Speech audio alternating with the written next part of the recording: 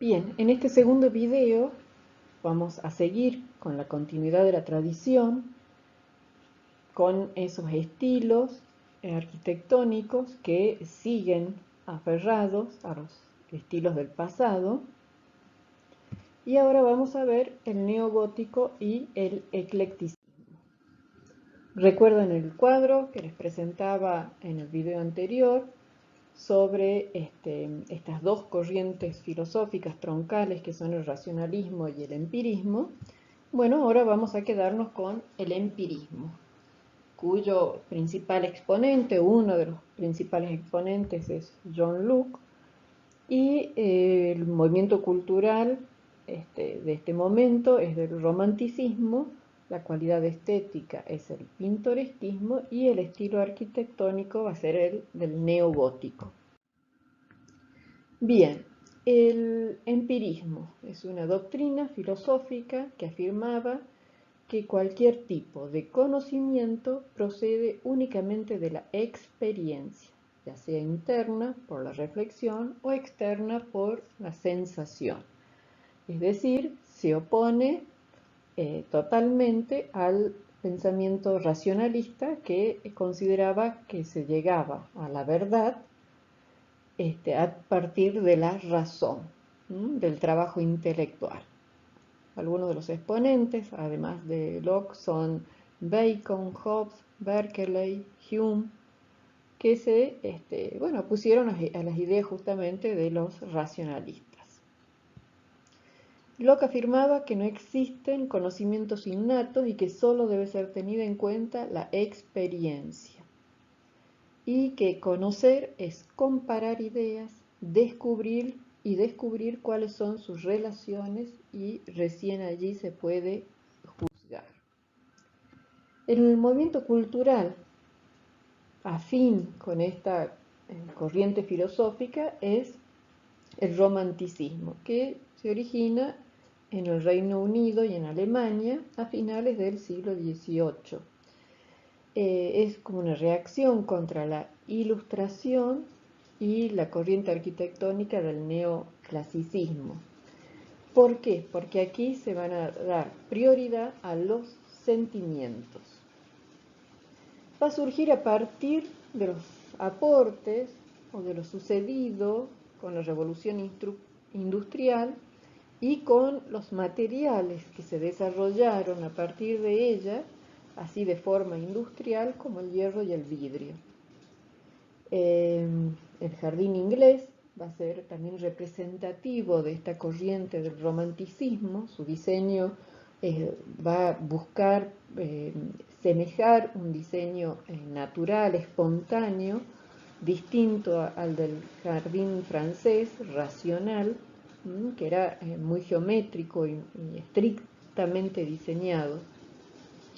Se va a valorizar la atmósfera como un elemento estético, tanto en la arquitectura como en la pintura. Si ustedes se fijan en este cuadro de Delacroix, jinete árabe atacado por un león, el entorno en el que se encuentran estas imágenes de un altísimo dramatismo es de ese polvaredal producido por esta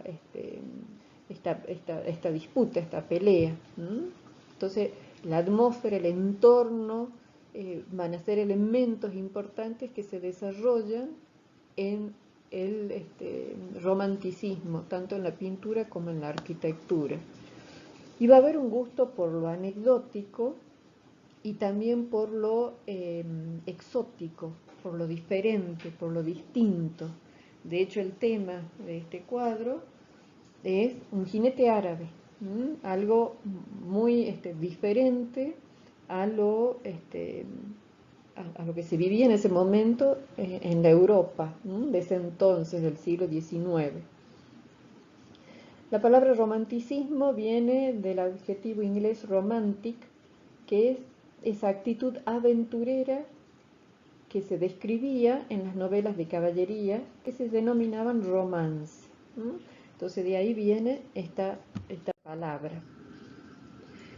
Como es una manera de sentir y concebir la naturaleza, la vida y al hombre mismo, se presente de una manera distinta y particular en cada país. Y hay a la vez distintas como tendencias en todas las artes, difícilmente clasificable y que se pueda enumerar cada uno de los rasgos de esto.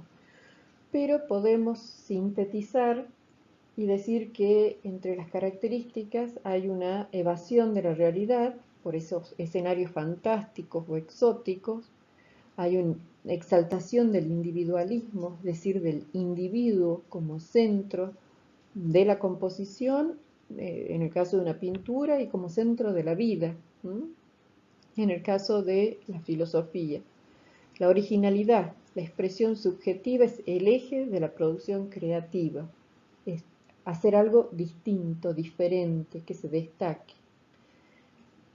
Aquí hay un tema también con el nacionalismo, porque se van a ensalzar los valores, la historia y la identidad de cada pueblo. Y esto es muy particular en el Reino Unido. Los revival se van a relacionar con esos valores del nacionalismo, de la nacionalidad. Lo significativo, se va a procurar eso, cuál es el sentido, el significado, el símbolo, más que lo utilitario, más que lo funcional. Y los sentimientos son los que se van a enfatizar, porque se va a poner el acento en las emociones, la pasión y la imaginación por sobre la razón. La cualidad estética de esta corriente filosófica va a ser el pintoresquismo. Pintoresquismo, la palabra proviene de pittoresco, que significa similar a la pintura, es decir, algo digno, algo que merece ser representado en una obra de arte. Se vincula con la estética esta romántica, que les mencionaba, que se relaciona con la naturaleza. La arquitectura pintoresquista se va a destacar por la irregularidad, el contraste de formas y volúmenes, la asimetría en las elevaciones y en la planta. Va a haber una gran riqueza formal, espacial, plástica, el eje quebrado, el factor sorpresa, las múltiples opciones circulatorias, frentes diferentes, cuerpos salientes en distintos planos. Fíjense en la imagen de la Casa Roja de Philip Webb, cómo están presentes todos estos elementos. La inspiración va a surgir del gusto medieval y la arquitectura popular inglesa, en oposición totalmente con el neoclasicismo, que todo era regular, previsible, a partir de ejes de simetría, etc. Aquí lo importante es justamente romper y lograr un objeto imprevisible, sorpresivo, con una riqueza volumétrica. Joseph Addison distinguió tres cualidades principales en el pintoresquismo, y es la belleza, la grandeza y la singularidad, y afirmó que la imaginación es la fuente del impulso artístico y creador, rechazando el principio clásico y académico del arte como imitación de la realidad basado en reglas. Es diametralmente opuesto. Y aquí podemos ver en estas imágenes, que corresponden a dos chalets pintoresquistas de Mar del Plata, realizados fines del siglo XIX, comienzos del XX, donde se pueden ver claramente estas composiciones aditivas, la asimetría, el eje quebrado, la irregularidad, la extravagancia, la originalidad y esa forma resultante que resulta gracioso, caprichosa, que se opone totalmente a lo que veíamos en el neoclasicismo. Y la corriente arquitectónica corresponde con el neogótico. Hemos dicho recién que se buscan rescatar los rasgos formales y estructurales del medioevo, del gótico, y se van a seguir estos modelos. y las referencias van a ser las iglesias y los castillos medievales.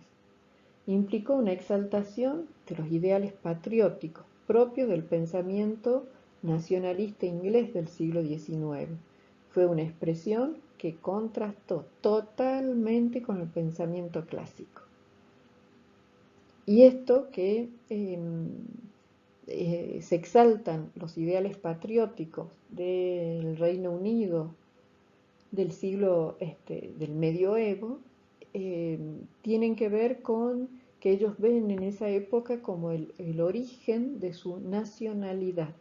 Entonces, a partir de ahí, de posicionarse en que es en el medioevo en el que ellos se constituyen como nación y como algo que los identifica realmente, es que van a desarrollar esta arquitectura del neogótico muy especialmente.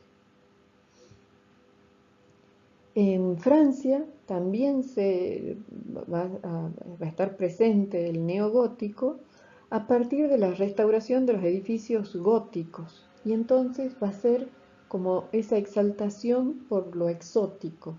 Se van a realizar, lo mismo en Alemania, innumerables iglesias que se van a identificar el gótico con el apogeo de la construcción de templos católicos, y también se van a realizar viviendas y edificios institucionales con este lenguaje. Por ejemplo, tenemos ahí en la imagen los Reales Tribunales de Justicia de Londres, que se va a realizar en este neogótico. El Palacio de Westminster o la Casa del Parlamento en Londres, donde luego de un incendio en 1834 se debate respecto de la reconstrucción de este edificio, se decide, se va a realizar en neogótico, pero que se va a incorporar estructura de hierro fundido. Eso va a permitir que se puedan realizar las torres que tienen más de 90 metros, llegando la Torre Victoria justamente a 98,50 metros de altura. De este edificio quedaban algunos elementos, como ser este salón de Westminster, que es del siglo XI y que se salvó del incendio, lo mismo que algunos otros elementos del conjunto. Aquí podemos ver una imagen externa de ese salón famoso donde se hacen las coronaciones de los reyes, los funerales o algunas celebraciones así muy particulares. En la reconstrucción, como decíamos, se optó por el neogótico como una expresión de su propia nacionalidad. Este edificio no era para residencia de los reyes, sino que allí iban a funcionar las cámaras, la Cámara de los Lores y la Cámara de los Comunes. Y entonces se decidió que el estilo que era compatible y que fuera representativo del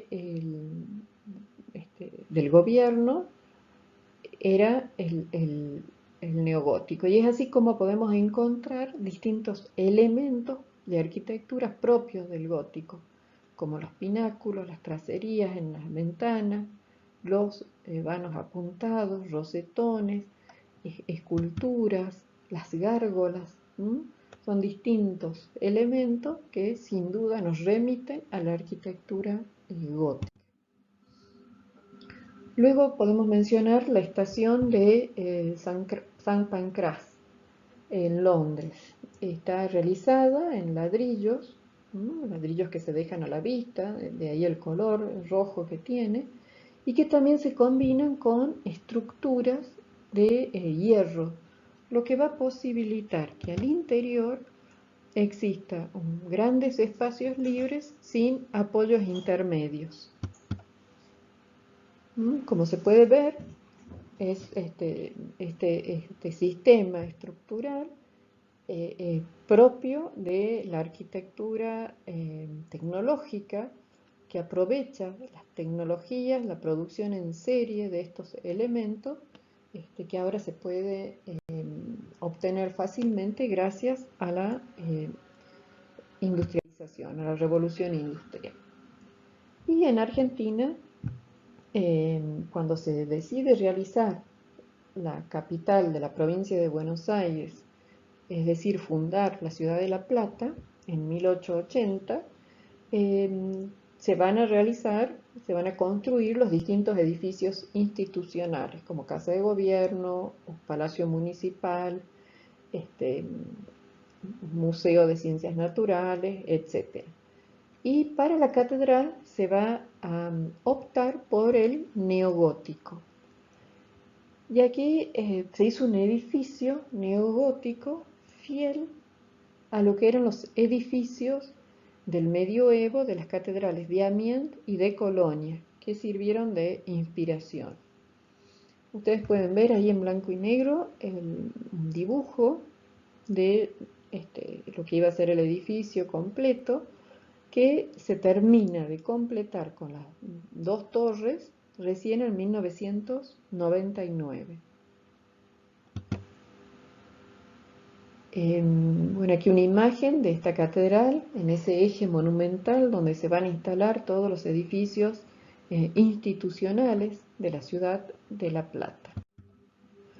La planta es una planta de cruz latina de 5 naves con columnas realizadas en piedra, de Mar del Plata. Y la nave mayor duplica en altura las laterales. Tiene todos los elementos propios de una iglesia gótica, es decir, está conformada por un tramo intermedio, de una transición, una nave central, el transepto con 3 naves, el coro y el presbiterio, y finalmente el deambulatorio. Hay un fuerte dominio de la verticalidad, lo que va a permitir que existan las ventanas en el nivel superior y que permita la iluminación natural. Las columnas son de tipo compuesto con haz de baquetones. Los baquetones son esas columnillas que decoran, pero que también tienen una función estructural y van rodeando el núcleo central de la columna hasta conformar un elemento unitario. Es lo que se denomina un pilar fasciculado. En las paredes de la nave mayor constan de 3 zonas. Una conformada por los arcos apuntados sostenidos por estas columnas. Un pseudo triforio es ciego, no tiene ventanas. Y el claristorio o ventanas superiores, que son las que van a proporcionar la iluminación interior al edificio. La cubierta está conformada por bóvedas de crucería y en el crucero se va a ubicar un cimborrio octogonal que tiene 2 niveles, donde va a sentar la bóveda octogonal que está coronada por una segunda bóveda y el óculo de la linterna. Aquí vemos un altar lateral en un extremo del transepto con todos los elementos de la arquitectura medieval. Las ventanas ojivales, los vitrales de tracería, las columnas con los baquetones, los arcos apuntados, todos los elementos propios del medioevo. Los vitrales fueron traídos desde Alemania y Francia y fueron realizados en talleres y contienen 216 escenas del Antiguo Testamento y 27 vitrales con iconografías del Nuevo Testamento.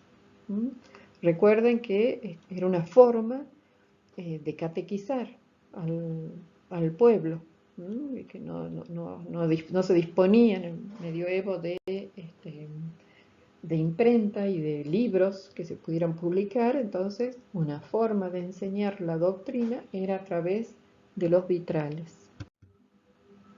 El portal de ingreso tiene de nuevo claramente diferenciados bueno, los accesos a lo que es la nave principal y las naves laterales, y con todos los elementos de arquitectura propios de la arquitectura gótica. Incluso las esculturas que enmarcan el portal de ingreso, y por encima de la puerta principal el rosetón que tiene esta imagen desde el interior y desde el exterior. Hay, como decíamos hace un rato, en la vista interior, un fuerte dominio de la verticalidad que evoca ese espíritu medieval, y para ello, para enfatizar eso, vamos a ver que están presentes los pináculos, las agujas, las torretas, agujas mayores, otras agujas menores, en fin, todos aquellos elementos que acentúan esa verticalidad. Estas son fotos del proceso constructivo de la catedral, donde vemos que están presentes también los contrafuertes que se desarrollaron justamente en el medioevo para poder elevar aún más la altura de la nave principal. Es un complejo sistema, pero que es muy fiel a los modelos originales de las catedrales medievales. Bien, y el eclecticismo, que es la última de estas corrientes que se desarrollan a lo largo del siglo XIX y parte incluso del siglo XX, en el que una sola obra incorpora una mezcla de elementos de estilos históricos anteriores, con el fin de crear algo nuevo y original. La arquitectura ecléctica va a tener sus raíces en la arquitectura historicista, porque se va a nutrir de los estilos de otros tiempos, y justamente va a combinar esas corrientes arquitectónicas del pasado. El término ecléctico viene del verbo griego escoger, que es lo que hicieron justamente los arquitectos y artistas, que escogieron de la historia del arte lo que les interesaba, lo que podía ser útil para plasmarlo en una obra. Nació en Francia esta corriente y se extendió a Occidente a partir de la segunda mitad del siglo XIX y hasta aproximadamente los años 30 del siglo XX. Y representa la crisis de la cultura artística tradicional. Es como el último paso que se da dentro de estas corrientes que apelaban al pasado, que apelaban a la historia, a los estilos de la historia, para traerlos al presente. La Academia, ¿por qué ocurre esto? Porque la Academia de Bellas Artes de París recibió innumerables críticas respecto de la estrechez de miras en el contenido de su enseñanza. En la Academia de Bellas Artes de París solo se enseñaba neoclasicismo, y de allí salían expertos en el manejo de los elementos de arquitectura y en los elementos de composición del clasicismo. Y rechazaban incluso la arquitectura del gótico o la arquitectura medieval, e incluso las posibilidades de los nuevos materiales, de los nuevos sistemas constructivos.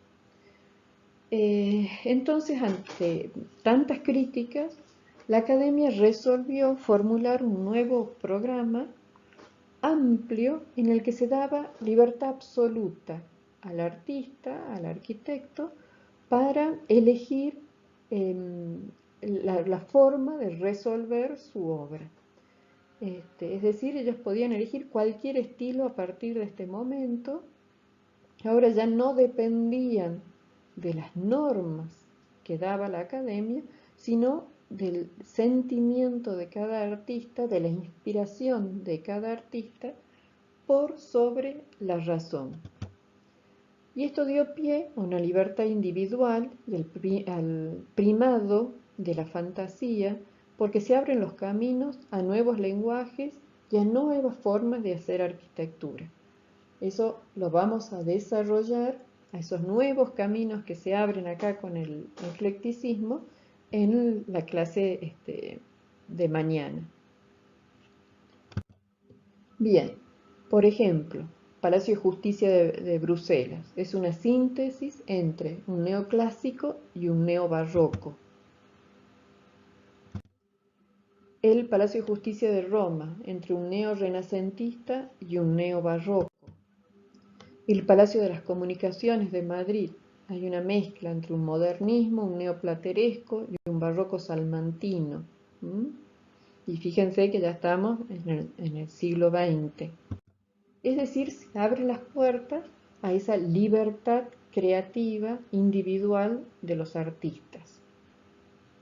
Y el ejemplo paradigmático que tenemos de esta época es la Ópera de París de Charles Garnier, que se realiza entre 1862 y 1875. La ópera, el edificio de la ópera va a estar unido con el Palacio de las Tullerías por esta gran avenida, conocida como Avenida de la Ópera. Y se va a ubicar en un terreno romboidal y va a culminar la Avenida de la Ópera con el frente del edificio. Este va a ser uno de los recursos que ustedes ya vieron que usa el barón de Haussmann en el diseño de la Reforma de París. El edificio de la ópera va a organizar a partir de una simetría axial.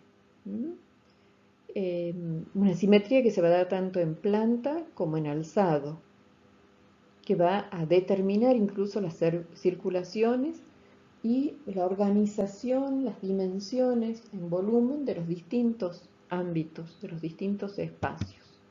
Va a estar conformada por una loggia y foyer anterior, el gran foyer central donde está esa escalera monumental, la sala propiamente dicha. En el eje que corta este eje longitudinal, es decir, en el eje transversal, se van a ubicar dos volúmenes que van a posibilitar el acceso, por un lado exclusivo del emperador y por otro exclusivo para los abonados. Luego viene la parte del escenario con toda una estructura que se arma para los distintos telones y finalmente el volumen de los servicios técnicos y administrativos que dan al contrafrente. Podemos ver que cada volumen expresa su función. Ustedes pueden ver ahí cómo se va desarrollando y organizando en esta sucesión de espacios a través del eje longitudinal, la loggia y foyer inicial con el gran foyer, la sala propiamente dicha, el escenario y los servicios técnicos. Cada uno de estos elementos en planta tiene su desarrollo en volumen y tiene una altura diferente. Uno lo puede ver en corte, es decir, están caracterizados. Y si vemos un corte transversal, podemos ver el elemento de la sala en el centro y los dos volúmenes laterales para los accesos del emperador o de los abonados. Si vemos enfrente, también podemos reconocer estos distintos elementos, el de la loggia de acceso, el del volumen del gran foyer, la corona de esa sala, que está resuelta a la manera de una corona, es la cubierta de esa sala, y el último elemento, el más alto, el del escenario, el que cubre el volumen del escenario. Y a los lados, los dos volúmenes de acceso para el emperador y para los Bien, en este edificio se van a mezclar los estilos neoclásico, pero también del barroco, o sea, neoclásico representativo del nuevo régimen, pero al interior van a estar especialmente tratados con el estilo barroco. Y por otro lado, el moderno. Moderno me refiero al que permite la incorporación de estructura de hierro para resolver este, el sistema estructural de todo el edificio. Y esto a la vez con una serie de esculturas que van a expresar distintas manifestaciones del arte. ¿Mm? Aquí pueden ver bueno, la torre de los telares del telón, la corona de la sala del auditorio que veíamos en el frente, los pabellones para las entradas por un lado de los abonados, por el otro del emperador, los conjuntos escultóricos de la poesía, de la armonía, y en el centro, coronando, digamos, todo, el conjunto escultórico de Apolo junto a la poesía y la música. Aquí vemos unas fotos antiguas del acceso del emperador y el acceso de los abonados. Fíjense cómo tienen distintas resoluciones.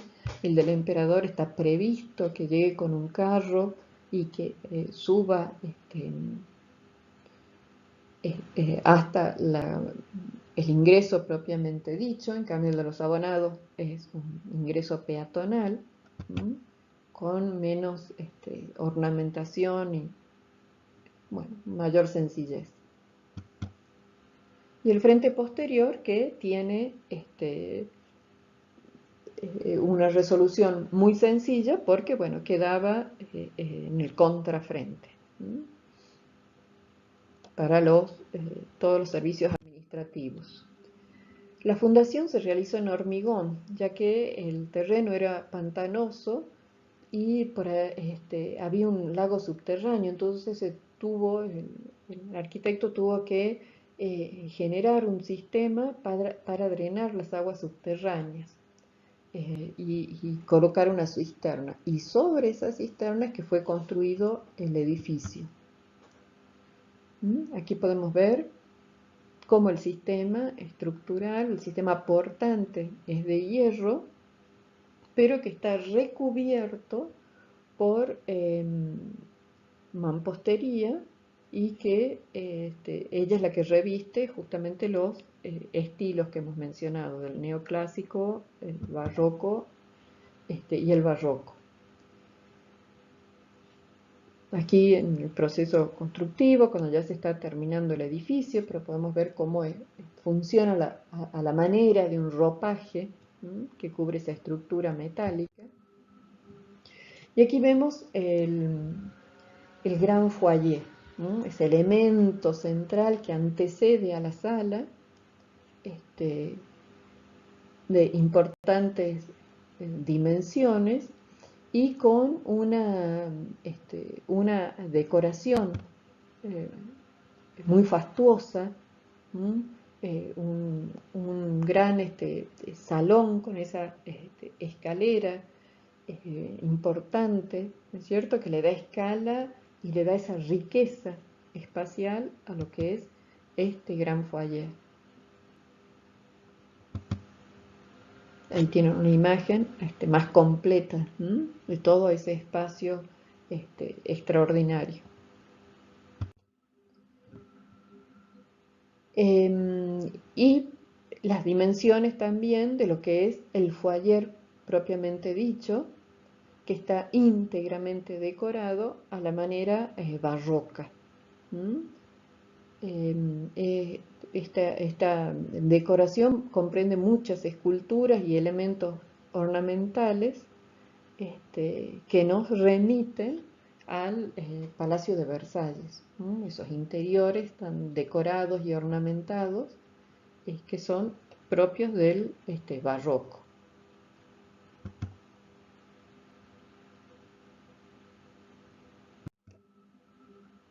Y la estructura metálica de la sala vista desde el escenario. Ustedes pueden ver ahí claramente cómo se fue organizando la riqueza interior de la sala, y que en 1964 Marc Chagall, el reconocido pintor, dejó su impronta, allí donde se encuentra justamente la araña central, en una clara intervención del siglo XX a este edificio ecléctico del siglo XIX. Y que en nada, digamos, afecta o perturba, al contrario, enriquece esa intervención que se hizo en su momento. Bien, aquí terminamos con lo que son los estilos o las corrientes arquitectónicas que prevalecieron en el siglo XIX, que seguían aferradas a los estilos de la historia del arte, ya sea de la antigüedad clásica, ya sean del Renacimiento o ya sean del Medioevo, pero que incorpora en su estructura las nuevas tecnologías fruto del desarrollo de materiales y sistemas constructivos a partir del hierro. En la clase de mañana ustedes van a ver la arquitectura de los nuevos caminos, esa arquitectura que se origina a partir de estos nuevos materiales y de estas nuevas posibilidades estructurales.